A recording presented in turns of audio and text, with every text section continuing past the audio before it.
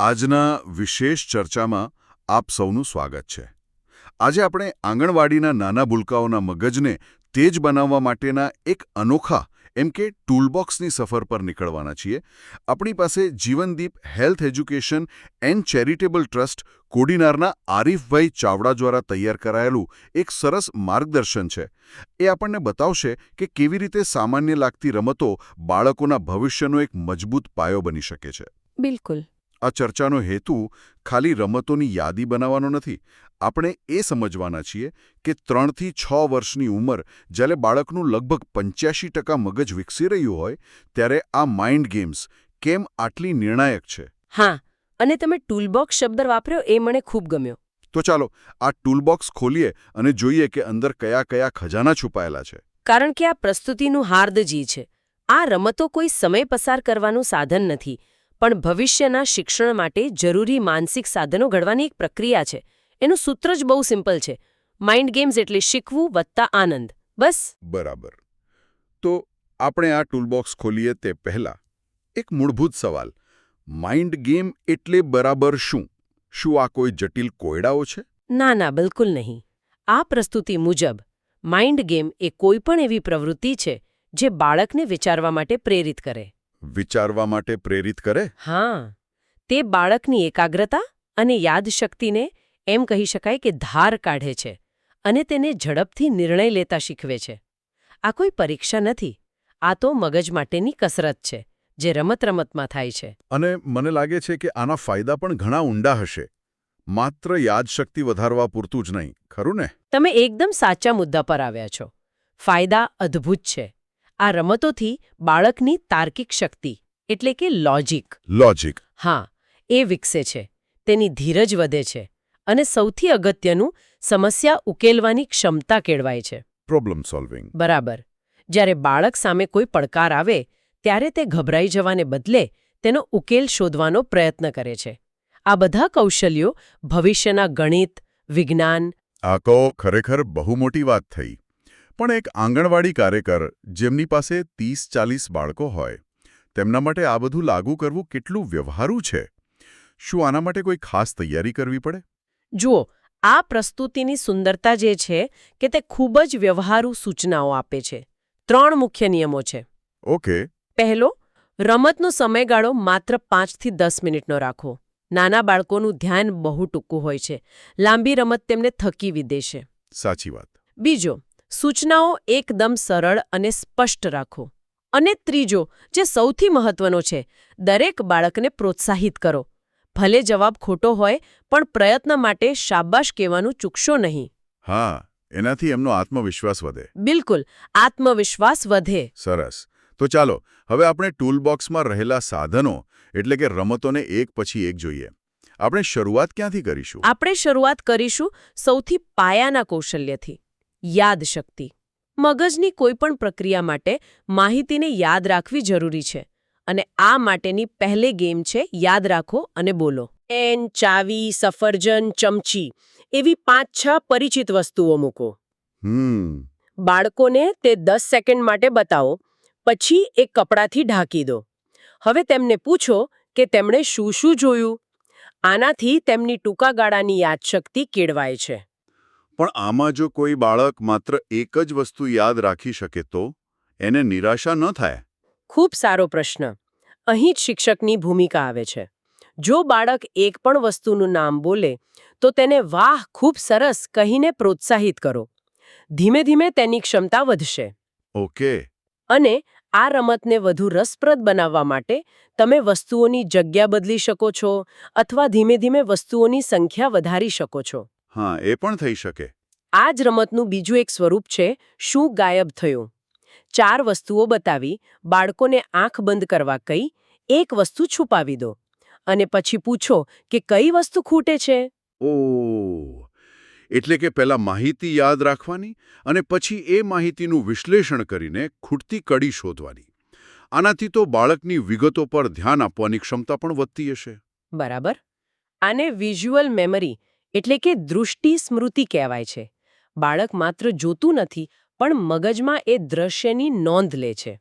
ખબર છે, આ ક્ષમતા ભવિષ્યમાં અક્ષરો અને સંખ્યાઓ ઓળખવા માટે અત્યંત જરૂરી છે. તો આપણે મગજને માહિતી સંગ્રહ કરતા શીખવ્યું. હવે આગળનું પગથિયું શું છે? આગળનું પગથિયું છે એ માહિતીનું વર્ગીકરણ કરવું, ક્લાસિફિકેશન. વર્ગીકરણ. હા, દુનિયાને સમજવા માટે વસ્તુઓને જૂથમાં વહેંચવી જરૂરી છે. અને આ શીખવા માટે રંગો અને આકારોથી વધુ સારું શું હોઈ શકે? એટલે હવે આપણે રંગની દુનિયા અને આકાર સાથે મિત્રતા જેવી રમતો પર આવી રહ્યા છીએ. પણ મને એક શંકા છે. પૂછો. આજકાલ તો બાળકો ફોન અને ટીવી પર કાર્ટૂન જોઈને રંગો અને આકારો શીખી જ જાય છે. તો પછી આવી શારીરિક રમતોની ખરેખર જરૂર છે? તમારો સવાલ એકદમ વાજબી છે અને તેનો જવાબ ખૂબ જ મહત્વપૂર્ણ છે.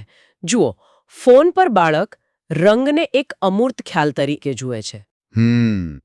પણ જ્યારે આંગણવાડી કાર્યકર કહે છે કે જાઓ અને વર્ગમાં લાલ રંગની કોઈ વસ્તુને અડીને આવો, ત્યારે બાળક રંગને વાસ્તવિક દુનિયા સાથે જોડે છે.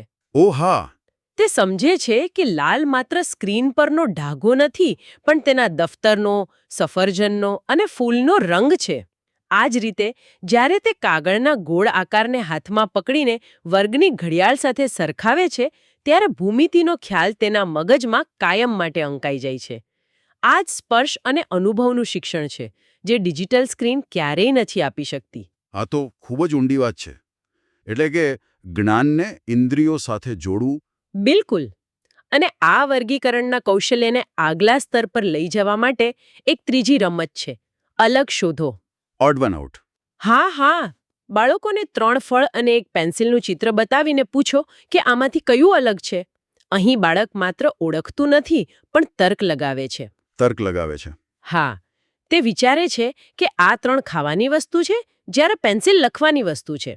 આ તાર્કિક વિચારસરણીનો પાયો છે. વાહ. એટલે યાદશક્તિથી શરૂ કરીને આપણે તર્ક સુધી પહોંચી ગયા. પ્રસ્તુતિમાં મને કેટલીક એવી રમતો પણ જોવા મળી જે ક્રમ અને પેટર્ન પર આધારિત હતી, જેમ કે ક્રમ અનુસરો અને નંબર મેમરી. હા, આ તો માત્ર નકલ કરવા જેવું લાગે છે. શું તેમાં પણ કોઈ ઊંડું રહસ્ય છુપાયેલું છે? અહીં જ આ પ્રસ્તુતિનું અસલી જાદુ છુપાયેલું છે. આ રમતો દેખાય છે સાવ સામાન્ય, પણ તે ગણિત અને ભાષા જેવા જટિલ વિષયોનો પાયો નાખી રહી છે. કઈ રીતે? જરા સમજાવો. ચાલો સમજીએ. ક્રમ અનુસરો ગેમમાં શિક્ષક ક્રિયા કરે છે. તાળી પાડો, પછી ચપટી વગાડો અને પછી ટેબલ પર હાથ પછાડો.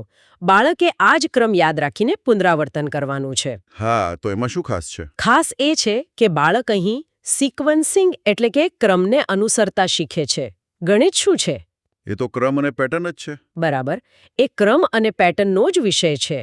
1 પછી 2 આવે, 2 પછી 3, 2 વત્તા 2 બરાબર 4. એક પેટર્ન છે. જ્યારે તમે બાળકને તાળી ચપટી પછાડનો ક્રમ શીખવી રહ્યા હો, ત્યારે તમે માત્ર રમત નથી રમાડી રહ્યા. તમે એક ભવિષ્યના ગણિતશાસ્ત્રીના મગજને તાલીમ આપી રહ્યા છો. બિલકુલ. આ જ વાત નંબર મેમરી ગેમને લાગુ પડે છે.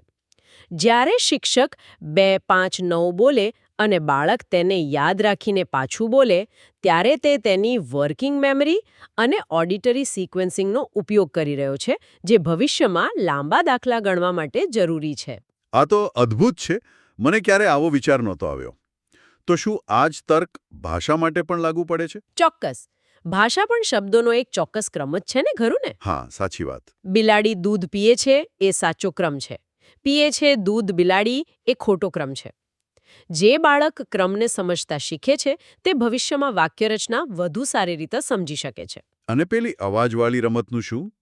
સાંભળો અને ઓળખો. હા, એમાં શિક્ષક પ્રાણીઓના અવાજની નકલ કરે છે. તે બાળકની શ્રવણ શક્તિને તેજ બનાવે છે. તે જુદા જુદા ધ્વનિઓ વચ્ચેનો ભેદ પારખતા શીખે છે, જે આગળ જતા અક્ષરોના ધ્વનિ એટલે કે ફોનિક્સ શીખવા માટે ખૂબ જ મહત્વનું છે. તો આપણે યાદશક્તિ, તર્ક અને ક્રમની વાત કરી, પણ બાળકના વિકાસમાં કલ્પના શક્તિનું શું? શું તેના માટે પણ કોઈ રમત છે? અવશ્ય. અને એ રમત મારી સૌથી પ્રિય છે. ચિત્ર પરથી વાર્તા. ચિત્ર પરથી વાર્તા? હા, આમાં શિક્ષક કોઈ પણ 3 એવા ચિત્રો બતાવે જે એકબીજા સાથે જોડાયેલા ન હોય. દાખલા તરીકે, એક સૂરજ, એક સાયકલ અને એક બિલાડી. ઓકે, 3 અલગ અલગ વસ્તુઓ. બરાબર.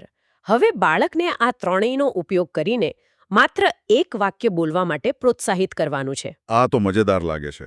બાળક કેવા જવાબ આપશે તેની તો કલ્પના જ કરવી રહી. હસતા બિલકુલ. અને અહીં જ શિક્ષકે ધ્યાન રાખવાનું છે. જો બાળક કહે કે એક બિલાડી સૂરજની નીચે સાયકલ ચલાવે છે, તો તેને ટોકવાનું નથી કે બિલાડી સાયકલ ન ચલાવી શકે. હા, કારણ કે એ તો કલ્પના છે. બરાબર. આ રમતનો હેતુ તર્ક તપાસવાનો નથી, કલ્પનાને પાંખો આપવાનો છે. આનાથી બાળક પોતાના વિચારોને શબ્દોમાં ઢાળતા શીખે છે અને તેની વાક્યરચના સુધરે છે. આપણે આટલી બધી રમતોની વાત કરી. આ બધું એકસાથે જોતા સ્પષ્ટ થાય છે કે દરેક રમત એક ચોક્કસ હેતુ સાથે બનાવવામાં આવી છે. હવે આપણે એ સમજીએ કે આંગણવાડીમાં આ બધું અસરકારક રીતે કેવી રીતે લાગુ કરી શકાય, ખાસ કરીને જ્યારે વર્ગમાં અલગ અલગ ક્ષમતાવાળા બાળકો હોય. આ ખૂબ જ સંવેદનશીલ અને મહત્વનો મુદ્દો છે. પ્રસ્તુતિમાં સમૂહ રમતો પર ખાસ ભાર મૂકવામાં આવ્યો છે. Group activities. હા, જ્યારે બાળકો જૂથમાં રમે છે ત્યારે તેઓ માત્ર રમત નથી રમતા, પણ એકબીજાની વારીની રાહ જોતા, હાર જીત પચાવતા અને સહકાર આપતા શીખે છે. આ સામાજિક કૌશલ્યો છે. અને જે બાળકો દિવ્યાંગ હોય અથવા જેમને શીખવામાં વધુ સમય લાગતો હોય, તેમનું શું? તેમના માટે પ્રસ્તુતિમાં સ્પષ્ટ માર્ગદર્શન છે. વધુ ધીરજ રાખો, રમતને તેમના માટે વધુ સરળ બનાવો. જ્યાં 5 વસ્તુઓ હોય ત્યાં તેમના માટે 2 જ રાખો. અને સૌથી અગત્યનું, જરૂર પડે સ્પર્શનો ઉપયોગ કરો. જો બાળક આકાર ન સમજી શકતું હોય તો તેને હાથમાં આકાર પકડાવીને અનુભવ કરાવો. આ જ સાચું સમાવેશી શિક્ષણ છે, જ્યાં કોઈ બાળક પાછળ ન રહી જાય. તો એક શિક્ષક કે કાર્યકર બાળકની પ્રગતિનું મૂલ્યાંકન કેવી રીતે કરી શકે? શું કોઈ પરીક્ષા લેવાની છે? ના ના, અહીં કોઈ પરીક્ષા કે માર્ક્સ નથી. મૂલ્યાંકન માત્ર અવલોકનથી કરવાનું છે. અવલોકનથી? હા. શું બાળક હવે ઉત્સાહથી ભાગ લે છે? શું તે પહેલા કરતાં ઝડપથી જવાબ આપે છે? શું તેની યાદ રાખવાની ક્ષમતામાં થોડો સુધારો દેખાય છે? આ નાના નાના ફેરફારો જ તેની પ્રગતિની નિશાની છે. અને આ રમતોને રોજિંદા કાર્યક્રમમાં વણી લેવી જોઈએ, ખરું ને? બિલકુલ. જેમ કે સવારની પ્રાર્થના પછી 10 મિનિટ અથવા ઘરે જતી વખતે એક નાની મગજ કસરત. એને એક ભાર તરીકે નહીં, પણ દિવસનો એક મજેદાર ભાગ બનાવી દેવાનો. આ પ્રસ્તુતિમાં તાલીમાર્થીઓ માટે પણ એક સરસ સૂચન છે, જે મને ખૂબ સ્પર્શ્યું ગયું. એવું કહેવાયું છે કે પોતે પણ બાળક બનીને રમત રમાડો. હા, અને તે સૌથી શક્તિશાળી સલાહ છે. તમારો ઉત્સાહ જ બાળકોમાં ઉત્સાહનો સંચાર કરશે. સાચી વાત. બીજું સૂચન છે કે હંમેશા મોંઘા રમકડાની જ જરૂર નથી. સ્થાનિક અને મફતમાં મળતી સામગ્રી જેમ કે પથ્થર, પાંદડા, માટી, લાકડીનો ઉપયોગ કરીને નવી રમતો જાતે બનાવો. આનાથી તમારી સર્જનાત્મકતા પણ ખીલશે અને બાળકોને પણ પ્રેરણા મળશે. કે શીખવા માટે મોંઘા સાધનોની નહીં, પણ ખુલ્લા મનની જરૂર છે. બરાબર. આ સમગ્ર ચર્ચાનો સાર એ જ છે કે આ નાની નાની સરળ લાગતી રમતો બાળકોના ઉજ્જવળ ભવિષ્યનો પાયો નાખે છે. જેમ પ્રસ્તુતિના અંતમાં આરીફભાઈએ કહ્યું છે, આજની રમત આવતીકાલનું તેજસ્વી ભવિષ્ય. બહુ સરસ વાક્ય છે.